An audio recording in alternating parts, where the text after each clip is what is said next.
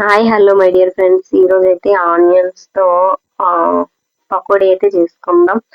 ఈ వర్షంకి చాలా చల్లగా ఉండే వెదర్కి ఆనియన్ పకోడీ తినాలనిపిస్తుంది కదా, అందుకని ఆనియన్ పకోడీ అయితే చేసుకుందాం. ఆనియన్స్ అయితే ఇలా చిన్నగా సన్నగా అయితే కట్ చేసుకొని నెక్స్ట్ కొంచెం బేసన్ అంటే శనగపిండి అయితే తీసుకోవాలి.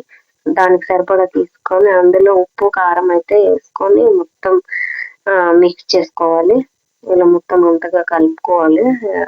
పొడి పొడిగా ఉన్నప్పుడు కలిపేసి నెక్స్ట్ అందులోనే ఆనియన్స్ వేసుకొని మొత్తం విడివిడిగా ఆనియన్స్ చేసి ఇలా అయితే వేసుకొని వాటిని గట్టిగా వాటితో పాటు మిక్స్ చేసుకోవాలి. ఇలా కొంచెం కొంచెం వాటర్ అయితే వేసుకొని మిక్స్ చేయాలి. ఎందుకంటే లూజ్ లూజ్ అయిపోతే అది మెత్తని పకోడీ అయిపోతుంది. సో నేను గట్టి పకోడీ చేయాలనుకుంటున్నాను, అందుకని గట్టిగా అలా కలిపి లైట్గా వాటర్ అయితే వేసుకొని ఇలా కొద్ది కొద్దిగా అయితే ఆయిల్లో వేసుకున్నా.